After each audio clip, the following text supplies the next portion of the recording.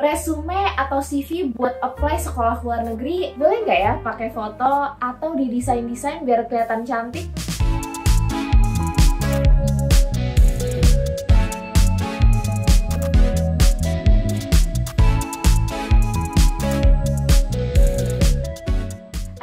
Welcome back to the channel. Kalau kamu baru join, kenalin nama aku Indah Syafira. Lewat channel ini biasanya aku suka berbagi tentang tips beasiswa, pendidikan, produktivitas, dan lainnya. Hari ini melanjutkan episode sebelumnya, aku sempat bahas tentang LOA atau Letter of Acceptance dari kampus luar negeri. Itu seperti apa, cara dapetinnya gimana, teman-teman bisa cek. Dan hari ini aku akan bahas lebih detail terkait CV atau resume. Jadi CV atau resume ini adalah rangkuman singkat yang informatif tentang pendidikan kamu, latar belakang kamu, kemampuan atau skill kamu yang relevan dengan studi yang ingin kamu tempuh. Sedikit disclaimer dulu kali ya. Jadi CV atau resume yang mau aku jelasin hari ini untuk sekolah-sekolah non-design. Jadi seperti public policy atau teman-teman engineering atau ya jurusan-jurusan pada umumnya. Kecuali yang desain seperti architecture, urban design, biasanya mereka diminta portfolio sehingga CV atau resumenya itu beda bentuknya. Tapi yang lainnya kurang lebih sama.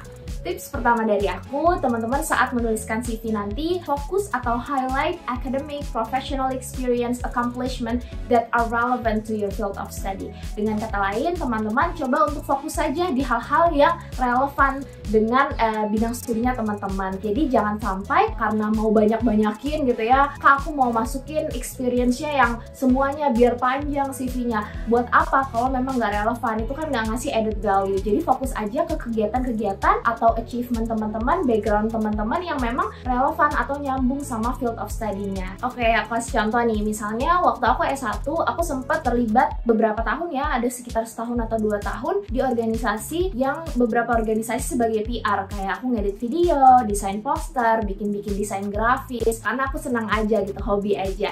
Tetapi di samping itu juga aku aktif sebagai asdos, aku kerja part-time atau kerja paruh waktu sebagai guru SD di Jepang, terus aku juga sempat bikin proyek-proyek pendidikan pada saat mau apply S2 karena programku adalah kebijakan publik di dunia pendidikan. Ya kegiatan-kegiatan seperti ngedit video atau desain grafis tuh nggak aku masukin, walaupun aku lumayan lama di sana, 2 tahunan kali aku berorganisasi di bidang PR, tapi karena nggak relevan dan nggak ngasih adding value, ya buat apa kan aku masukin gitu. Tip kedua dari aku, provide a detailed but brief explanation of each accomplishment or experience that you want to include in your CV. Teman-teman bisa bayangin orang-orang yang ngecekin CV-nya teman-teman itu hari itu bisa jadi baca ratusan bahkan ribuan CV orang lainnya. Jadi pastikan memang CV-nya itu didesain untuk orang yang bisa baca cepat, buat nge-skim aja. Caranya gimana ya? Harus concise, harus to the point, harus result based, harus fact based. Kalau bisa di-quantify, dikasih angka. Jangan pakai singkatan-singkatan yang cuma teman-teman yang ngerti atau organisasinya teman-teman yang ngerti gitu kan. Pastikan itu spesifik, istilah-istilahnya semua orang tahu yang general. Dan teman-teman juga bisa pakai action word seperti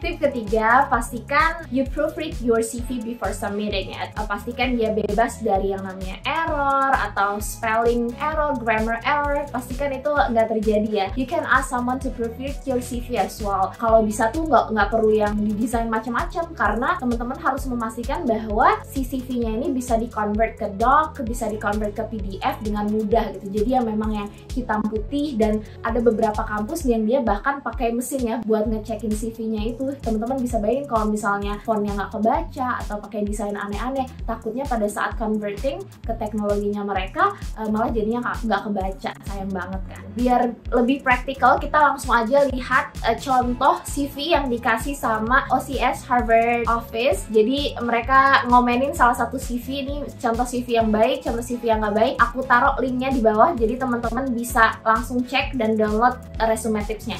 Bisa teman-teman lihat kan, ini boring banget ya, hitam putih, fontnya juga boring, tapi inilah format yang mudah dibaca sama mesin, mudah di-convert, dan mudah dibaca sama mata manusia dalam waktu cepat juga.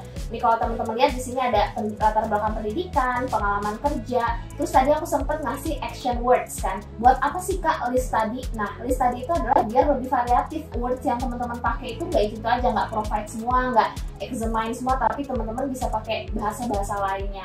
Nah, terus di sini juga ada leadership experience. Terus teman-teman kalau bisa memang kasih angka gitu ya, kasih result, presenting the data. Oke, sebelum kita lanjutin ke tips berikutnya, aku mau ngasih tahu nih sama teman-teman tentang body care routine aku. Biasanya aku pakai Scarlett series, terakhir aku pakai yang variant coffee. Nah, kebetulan banget body scrub aku baru habis, aku dikirimin lagi nih varian romansa dan jolly dari Scarlett. Aku suka sekali pakai body scrubnya, shower scrub, dan lotionnya juga karena semuanya mengandung glutathione dan vitamin E yang baik sekali untuk kulit, bisa mencerahkan dan juga melembutkan. Aku sekarang lagi pakai varian Jolly, ini yang shower scrubnya, dan ini yang body scrub. Jadi yang ini yang romansa, biasanya aku pakai ini dulu. Kalau udah dibilas, terus pakai shower scrub, dan yang terakhir pakai lotionnya. Oke, semoga sekarang teman-teman udah lebih paham ya gimana nih bentuk CV atau resume akademik untuk apply sekolah ke luar negeri. Semoga dari video ini teman-teman bisa langsung aplikasikan, langsung perbaiki CV-nya. Semoga bermanfaat. Kalau teman-teman belum nonton episode sebelumnya gimana caranya dapetin LOE, bisa lihat linknya nanti aku taruh di bawah. Di episode selanjutnya aku akan bahas tentang tips personal statement buat apply ke kampus luar negeri. That's all from me. I hope you find this beneficial and helpful. See you later.